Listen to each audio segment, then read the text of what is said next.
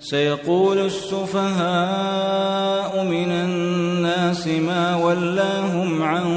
قبلتهم التي كانوا عليها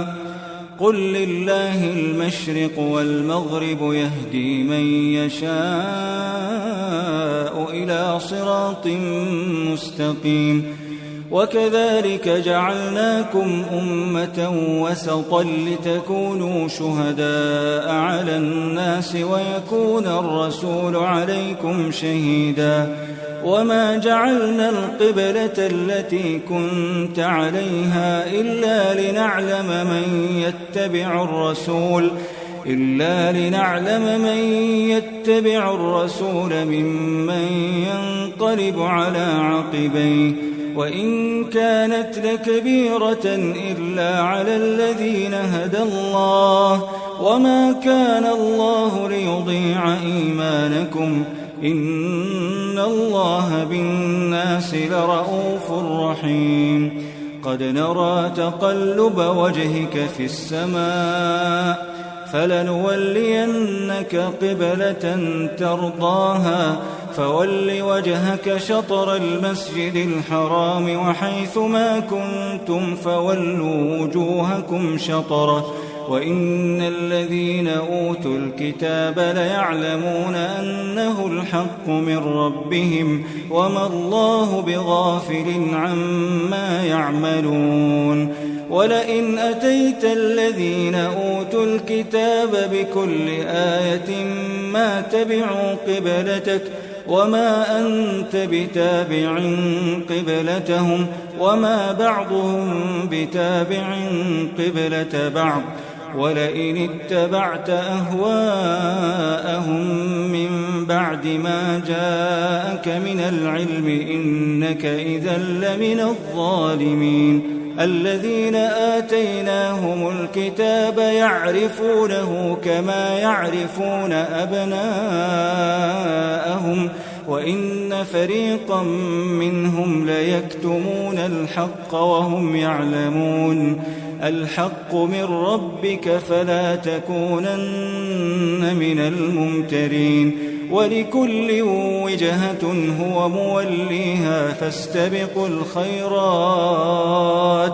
أينما تكونوا يأت بكم الله جميعا إن الله على كل شيء قدير ومن حيث خرجت فول وجهك شطر المسجد الحرام وإنه للحق من ربك وما الله بغافل عما تعملون ومن حيث خرجت فول وجهك شطر المسجد الحرام وحيث ما كنتم فولوا وجوهكم شطره لئلا يكون للناس عليكم حجة إلا الذين ظلموا منهم فلا تخشوهم واخشوني ولأتم نعمتي عليكم ولعلكم تهتدون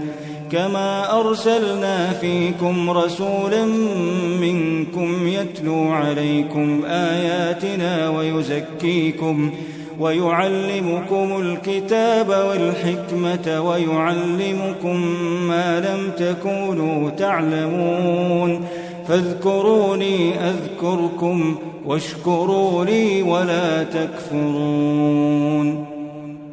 يا أيها الذين آمنوا استعينوا بالصبر والصلاة إن الله مع الصابرين ولا تقولوا لمن يقتل في سبيل الله أموات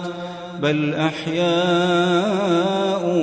ولكن لا تشعرون ولنبلونكم بشيء من الخوف والجوع ونقص من الأموال والأنفس والثمرات وبشر الصابرين الذين إذا أصابتهم مصيبة قالوا إنا لله وإنا إليه إليه راجعون أولئك عليهم صلوات من ربهم ورحمة وأولئك هم المهتدون إن الصفا والمروة من شعائر الله فمن حج البيت أو اعتمر فلا جناح عليه أن يطوف بهما ومن تطوع خيرا فإن الله شاكر عليم إن الذين يكتمون ما أنزلنا من البينات والهدى من بعد ما بيناه للناس في الكتاب أولئك يلعنهم الله ويلعنهم اللاعنون إلا الذين تابوا وأصلحوا وبينوا فأولئك أتوب عليهم وأنا التواب الرحيم إن الذين كفروا وماتوا وهم كفار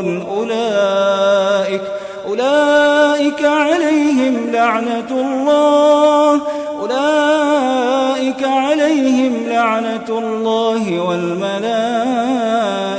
والناس أجمعين خالدين فيها لا يخفف عنهم العذاب ولا هم ينظرون وإلهكم إله واحد لا إله إلا هو الرحمن الرحيم إن في خلق السماوات والأرض واختلاف الليل والنهار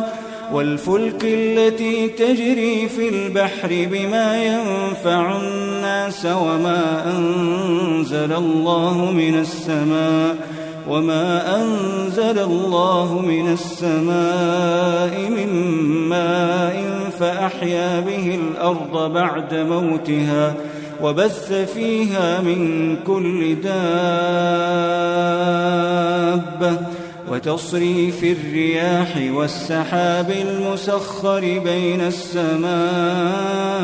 والأرض لآيات لقوم يعقلون ومن الناس من يتخذ من دون الله أندادا يحبونهم كحب الله والذين آمنوا أشد حبا لله ولو يرى الذين ظلموا إذ يرون العذاب أن القوة لله جميعا وأن الله شديد العذاب إذ تبرأ الذين اتبعوا من الذين اتبعوا ورأوا العذاب وتقطعت بهم الأسباب وقال الذين اتبعوا لو أن لنا كرة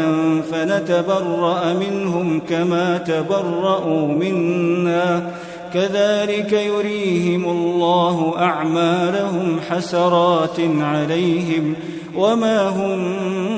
بخارجين من النار يا أيها الناس كلوا مما في الأرض حلالا طيبا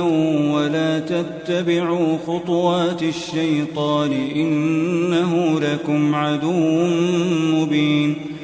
إنما يأمركم بالسوء والفحشاء وأن تقولوا على الله ما لا تعلمون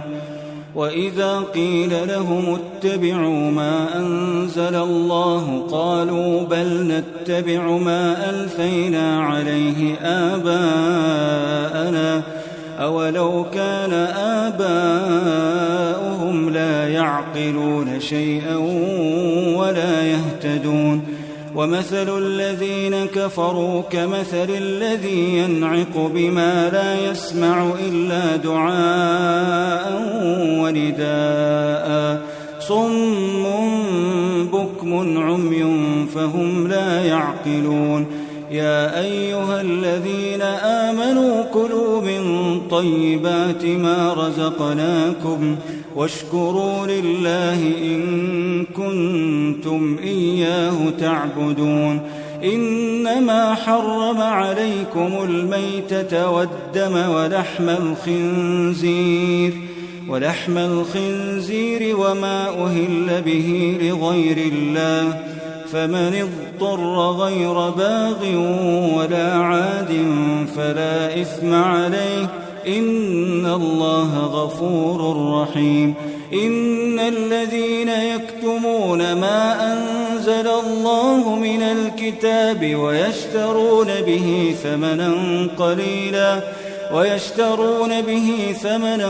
قليلا أولئك ما يأكلون في بطونهم إلا النار، ولا يكلمهم الله يوم القيامة ولا يزكيهم ولهم عذاب أليم. أولئك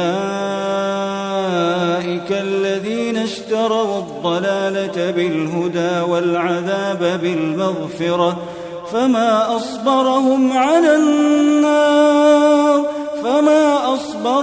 على النار. ذلك بأن الله نزل الكتاب بالحق، وإن الذين اختلفوا في الكتاب لفي شقاق بعيد. ليس البر أن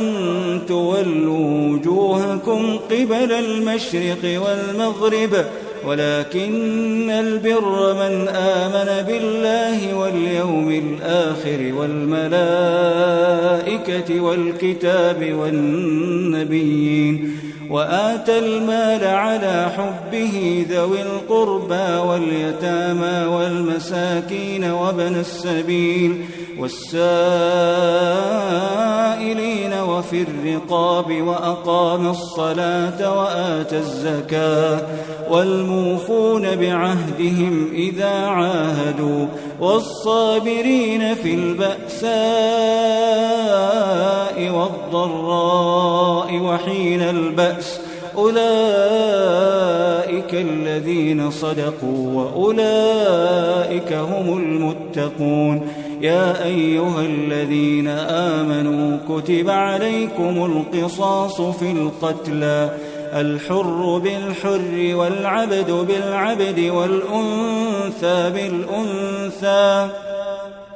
فمن عفي له من أخيه شيء فاتباع بالمعروف وأداء إليه بإحسان، ذلك تخفيف من ربكم ورحمة، فمن اعتدى بعد ذلك فله عذاب أليم. ولكم في القصاص حياة يا أولي الألباب لعلكم تتقون. كتب عليكم إذا حضر أحدكم الموت إن ترك خيرا الوصية للوالدين والأقربين بالمعروف حقا على المتقين، فمن بدله بعدما سمعه فإنما إثمه على الذين يبدلونه، إن الله سميع عليم. فمن خاف من موص جنفا أو إثما فأصلح بينهم فلا إثم عليه، إن الله غفور رحيم. يا أيها الذين آمنوا كتب عليكم الصيام كما كتب على الذين من قبلكم لعلكم تتقون، أياما معدودات، فمن كان منكم مريضا أو على سفر فعدة من أيام أخر، وعلى الذين يطيقونه فدية طعام مسكين، فمن تطوع خيرا فهو خير له،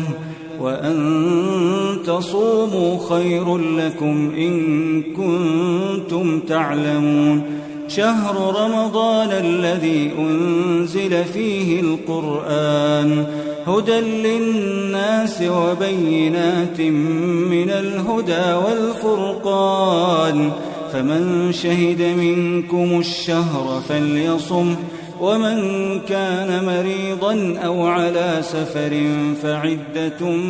من أيام أخر يريد الله بكم اليسر ولا يريد بكم العسر ولتكملوا العدة ولتكبروا الله على ما هداكم ولعلكم تشكرون وإذا سألك عبادي عني فإني قريب أجيب دعوة الداع إذا دعان أجيب دعوة الداع إذا دعان فليستجيبوا لي وليؤمنوا بي لعلهم يرشدون أحل لكم ليلة الصيام الرفث إلى نسائكم هن لباس لكم وأنتم لباس لهن علم الله أنكم كنتم تختانون أنفسكم فتاب عليكم وعفى عنكم فالآن باشروهن وابتغوا ما كتب الله لكم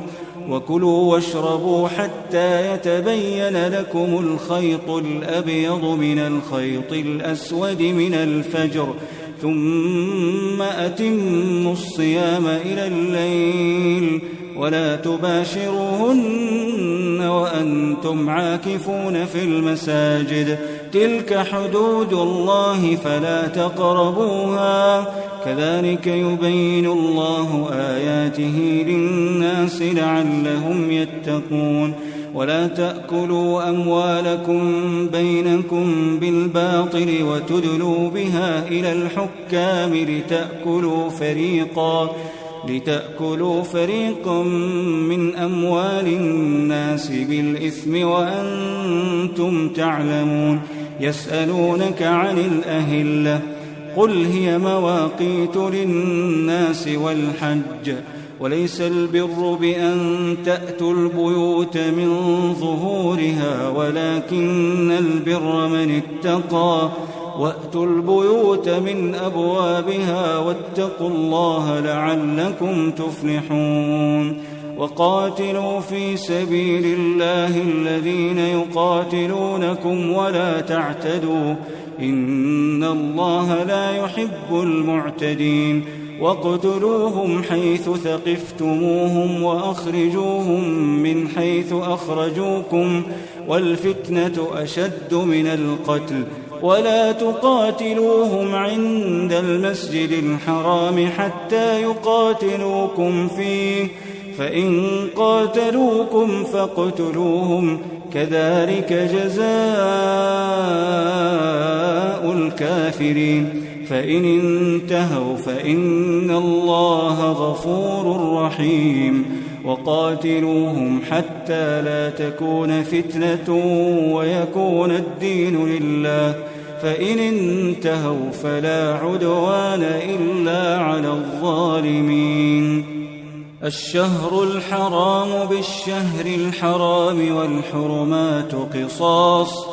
فمن اعتدى عليكم فاعتدوا عليه بمثل ما اعتدى عليكم واتقوا الله واعلموا أن الله مع المتقين وأنفقوا في سبيل الله ولا تلقوا بأيديكم إلى التهلكة وأحسنوا إن الله يحب المحسنين وأتموا الحج والعمرة لله فإن أحصرتم فما استيسر من الهدي ولا تحلقوا رؤوسكم حتى يبلغ الهدي محله فمن كان منكم مريضا أو به أذى من رأسه ففدية من صيام أو صدقة أو نسك فإذا أمنتم فمن تمتع بالعمرة إلى الحج فما استيسر من الهدي فمن لم يجد فصيام 3 أيام في الحج و7 إذا رجعتم تلك 10 كاملة، ذلك لمن لم يكن أهله حاضر المسجد الحرام. واتقوا الله واعلموا أن الله شديد العقاب. الحج أشهر معلومات، فمن فرض فيهن الحج فلا رفث ولا فسوق ولا جدال في الحج، وما تفعلوا من خير يعلمه الله، وتزودوا فإن خير الزاد التقوى، واتقون يا أولي الألباب. ليس عليكم جناح أن تبتغوا فضلا من ربكم، فإذا أفضتم من عرفات فاذكروا الله عند المشعر الحرام، واذكروه كما هداكم وإن كنتم من قبله لمن الضالين. ثم أفيضوا من حيث أفاض الناس واستغفروا الله، إن الله غفور رحيم. فإذا قضيتم مناسككم فاذكروا الله كذكركم آباءكم أو أشد ذكرا. فمن الناس من يقول ربنا آتنا في الدنيا وما له في الآخرة من خلاق، ومنهم من يقول ربنا آتنا في الدنيا حسنة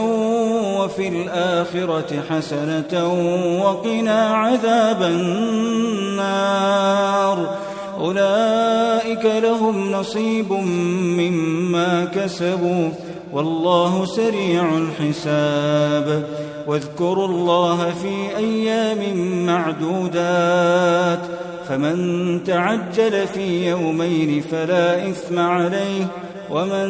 تأخر فلا إثم عليه لمن اتقى. واتقوا الله واعلموا أنكم إليه تحشرون. ومن الناس من يعجبك قوله في الحياة الدنيا ويشهد الله على ما في قلبه وهو ألد الخصام، وإذا تولى سعى في الأرض ليفسد فيها ويهلك الحرث والنسل، والله لا يحب الفساد. وإذا قيل له اتق الله أخذته العزة بالإثم، فحسبه جهنم ولبئس المهاد. ومن الناس من يشري نفسه ابتغاء مرضات الله، والله رؤوف بالعباد. يا أيها الذين آمنوا ادخلوا في السلم كافة ولا تتبعوا خطوات الشيطان إنه لكم عدو مبين. فإن زللتم من بعد ما جاءتكم البينات فاعلموا أن الله عزيز حكيم. هل ينظرون إلا أن يأتيهم الله في ظلل من الغمام والملائكة وقضي الأمر وإلى الله ترجع الأمور. سل بني إسرائيل كم آتيناهم من آية بينة ومن يبدل نعمة الله من بعد ما جاءته فإن الله شديد العقاب. زين للذين كفروا الحياة الدنيا ويسخرون من الذين آمنوا والذين اتقوا فوقهم يوم القيامة والله يرزق من يشاء بغير حساب. كان الناس أمة واحدة فبعث الله النبيين مبشرين ومنذرين وأنزل معهم الكتاب بالحق ليحكم بين الناس فيما اختلفوا فيه وما اختلف فيه إلا الذين أوتوه من بعد ما جاءتهم البينات بغيا بينهم فهدى الله الذين آمنوا لما اختلفوا فيه من الحق بإذنه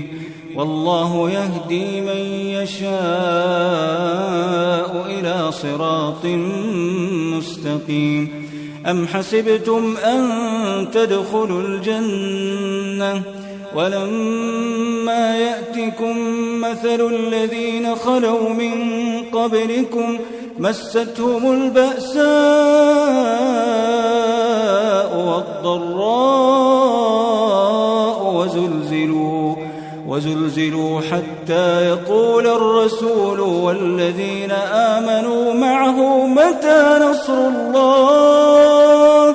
ألا إن نصر الله قريب. يسألونك ماذا ينفقون قل ما أنفقتم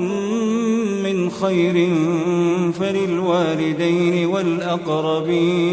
فللوالدين والأقربين واليتامى والمساكين وابن السبيل وما تفعلوا من خير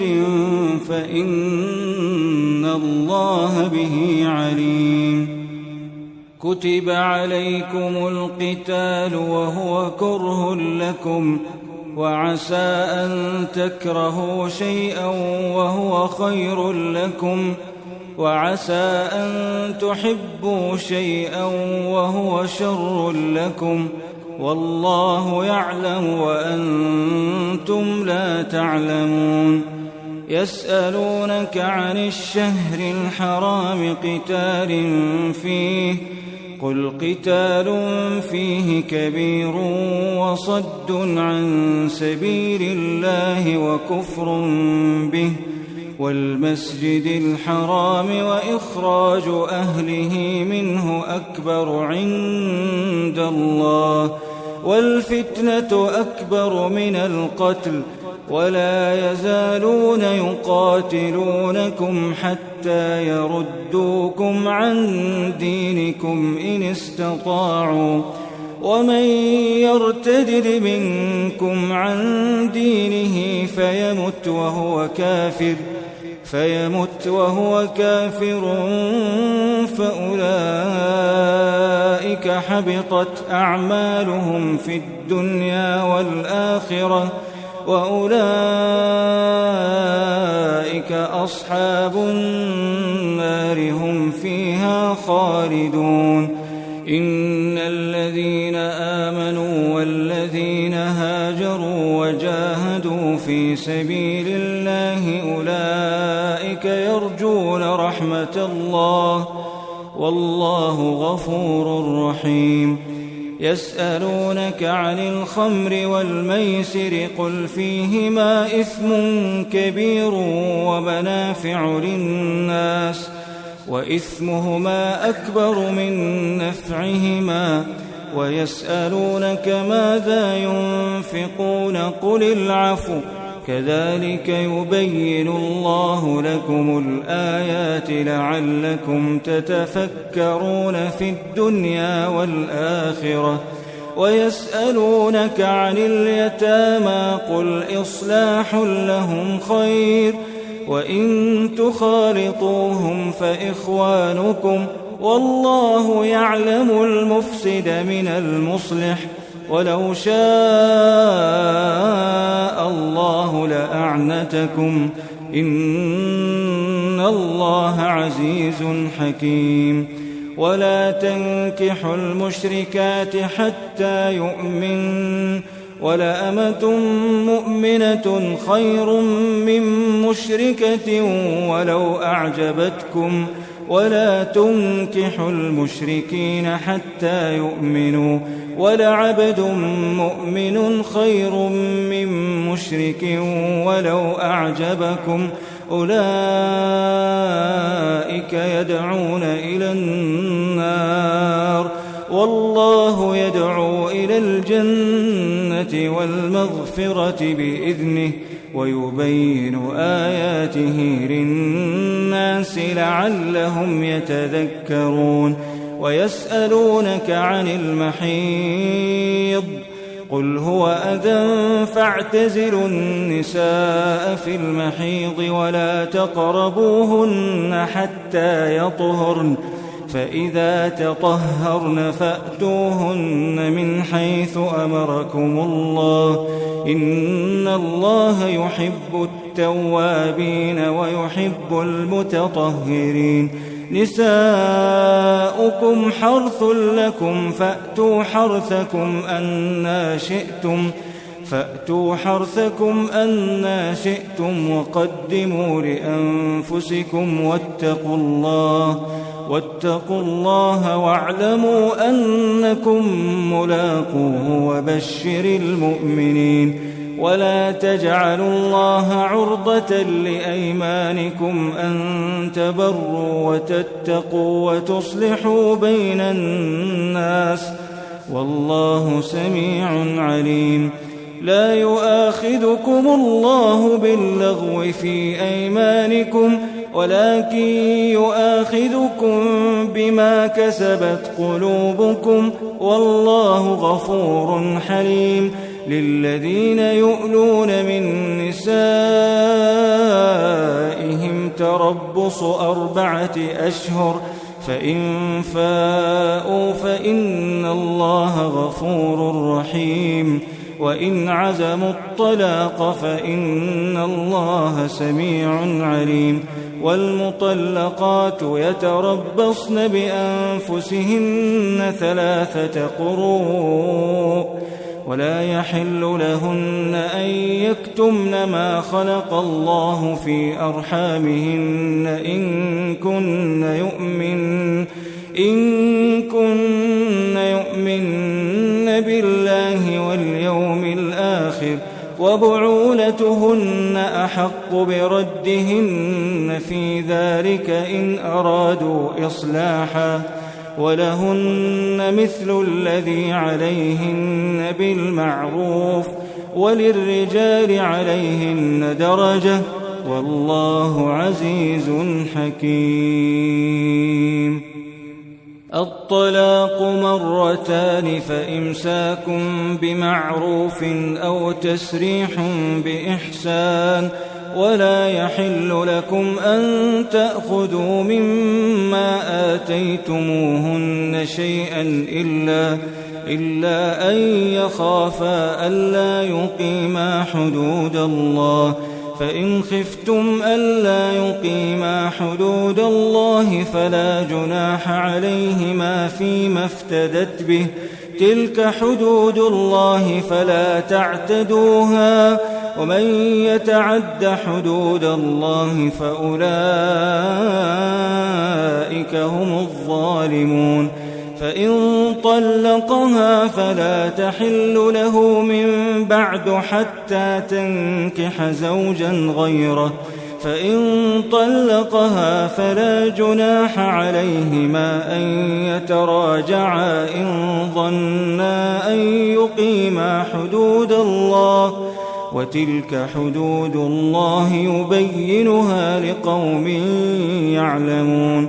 وإذا طلقتم النساء فبلغن أجلهن فأمسكوهن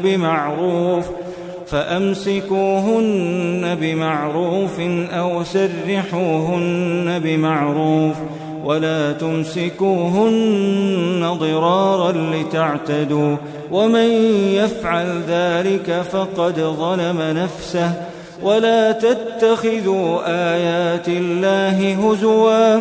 واذكروا نعمة الله عليكم وما أنزل عليكم من الكتاب والحكمة يعظكم به واتقوا الله واعلموا أن الله بكل شيء عليم وإذا طلقتم النساء فبلغن أجلهن فلا تعضلوهن أن ينكحن فلا تعضلوهن أن ينكحن أزواجهن إذا تراضوا بينهم بالمعروف، ذلك يوعظ به من كان منكم يؤمن بالله واليوم الآخر، ذلكم أزكى لكم وأطهر، والله يعلم وأنتم لا تعلمون. والوالدات يرضعن أولادهن حولين كاملين لمن أراد أن يتم الرضاعة،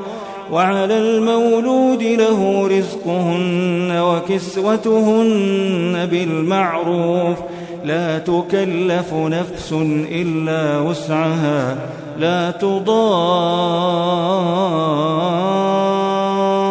والدة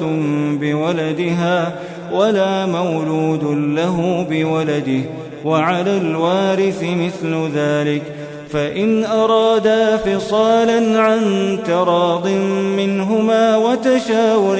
فلا جناح عليهما. وإن أردتم أن تسترضعوا أولادكم فلا جناح عليكم إذا سلمتم ما آتيتم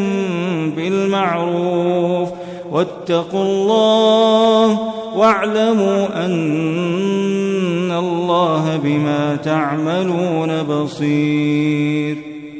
والذين يتوفون منكم ويذرون أزواجا يتربصن بأنفسهن 4 أشهر و10، فإذا بلغن أجلهن فلا جناح عليكم فيما فعلن في أنفسهن بالمعروف، والله بما تعملون خبير. ولا جناح عليكم فيما عرضتم به من خطبة النساء أو أكننتم في أنفسكم، علم الله أنكم ستذكرونهن ولكن لا تواعدوهن سرا إلا أن تقولوا قولا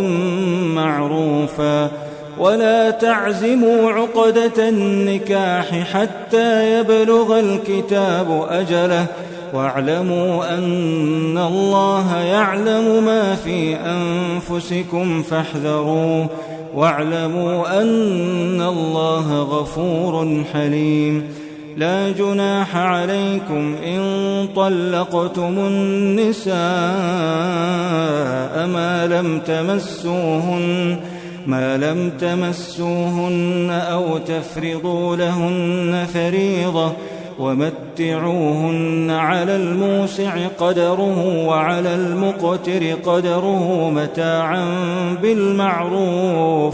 متاعا بالمعروف حقا على المحسنين. وإن طلقتموهن من قبل أن تمسوهن وقد فرضتم لهن فريضة فنصف ما فرضتم إلا أن يعفون أو يعفو الذي بيده عقدة النكاح، وأن تعفوا أقرب للتقوى، ولا تنسوا الفضل بينكم، إن الله بما تعملون بصير. حافظوا على الصلوات والصلاة الوسطى وقوموا لله قانتين، فإن خفتم فرجالا أو ركبانا، فإذا أمنتم فاذكروا الله كما علمكم ما لم تكونوا تعلمون. والذين يتوفون منكم ويذرون أزواجا وصية لأزواجهم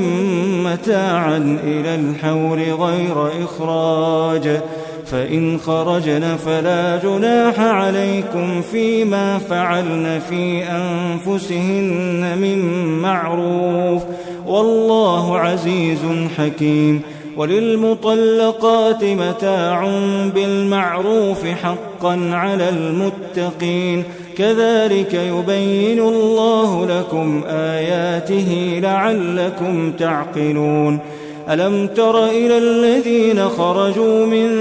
ديارهم وهم ألوف حذر الموت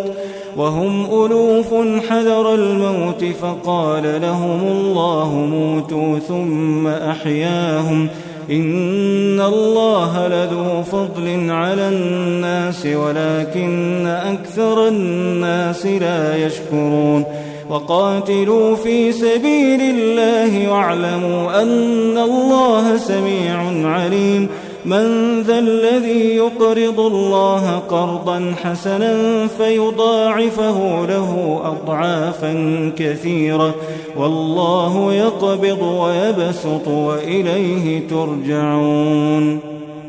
ألم تر إلى الملأ من بني إسرائيل من بعد موسى إذ قالوا لنبي له مبعث لنا ملكا نقاتل في سبيل الله قال هل عسيتم إن كتب عليكم القتال ألا تقاتلوا قالوا وما لنا ألا نقاتل في سبيل الله وقد أخرجنا من ديارنا وأبنائنا فلما كتب عليهم القتال تولوا إلا قليلا منهم والله عليم بالظالمين وقال لهم نبيهم إن الله قد بعث لكم طالوت ملكا قالوا أنى يكون له الملك علينا ونحن أحق بالملك منه ولم يؤت سعة من المال قال إن الله اصطفاه عليكم وزاده بسطة في العلم والجسم والله يؤتي ملكه من يشاء والله واسع عليم وقال لهم نبيهم إن آية ملكه أن يأتيكم التابوت فيه سكينة من ربكم وبقية مما ترك آل موسى وآل هارون تحمله الملائكة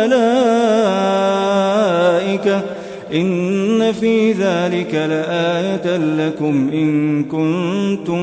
مؤمنين فلما فصل طالوت بالجنود قال إن الله مبتليكم بنهر فمن شرب منه فليس مني ومن لم يطعمه فإنه مني إلا من اغترف غرفة بيده فشربوا منه إلا قليلا منهم فلما جاوزه هو والذين آمنوا معه قالوا لا طاقة لنا اليوم بجالوت وجنوده قال الذين يظنون أنهم ملاقوا الله كم من فئة قليلة غلبت فئة كثيرة بإذن الله كم من فئة قليلة غلبت فئة كثيرة بإذن الله والله مع الصابرين ولما برزوا لجالوت وجنوده قالوا ربنا أفرغ علينا صبرا وثبت أقدامنا وانصرنا على القوم الكافرين فهزموهم بإذن الله وقتل داود جالوت وآتاه الله الملك والحكمة وعلمه مما يشاء ولولا دفع الله الناس بعضهم ببعض لفسدت الأرض ولكن الله ذو فضل على العالمين تلك آيات الله نتلوها عليك بالحق وإنك لمن المرسلين